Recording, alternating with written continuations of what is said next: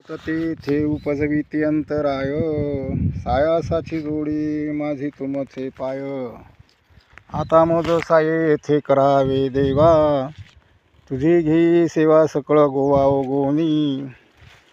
भोगे रोगा जोडोनी आदिले अनिका, अरुचे ते का होता आता सकाळपासूनी.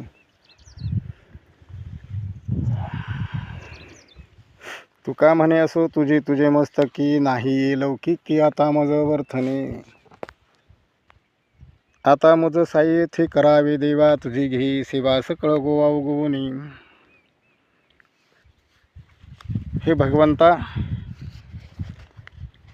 माझ्या अंतरातले दोष नाहीसे व्हावेत आणि सगळे सायास करून मी तुझे पाय जोडावे असं मला वाटतं. आता मला तू तुझ्या सेवेत रस निर्माण होण्यासाठी मदत कर. हे भगवंता, तुझी ही सेवा सगळा गोवा उगवून घे, म्हणजे सर्व गुणदोष वगळून तुझी सेवा घे. भोग आणि रोग याला तू जोडून दिलेले आहेस माझ्या कर्मानुसार.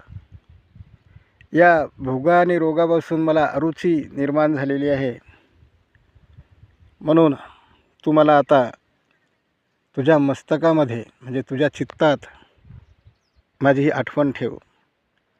या लौकिकामध्ये मला कोणत्याही प्रकारचा रस निर्माण होऊ देऊ नकोस. शेतकरी जीवन जगत असताना तुकाराम महाराज भंडारा डोंगरावर जाऊन चिंतन करत असत. भंडारा डोंगरावर घोराड्या भंडारा अशा प्रकारचे भामचंद्र असे 3 प्रकारचे डोंगर तिथं जाऊन ते चिंतन करायचे. शेतकरी जीवन खरोखरच अतिशय धोकादायक आहे.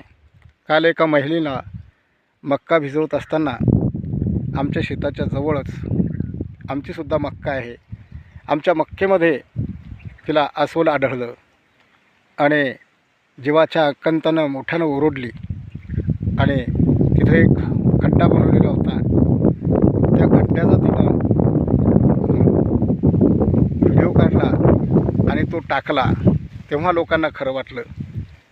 म्हणजे सत्य बोलणंसुद्धा लोकांना पटत नाही. अतिशय कठीण वेळेत वेळ काढून शेतकरी कष्टमय जीवन जगत असतो. धन्यवाद. जय महाराष्ट्र, जय शिवराय.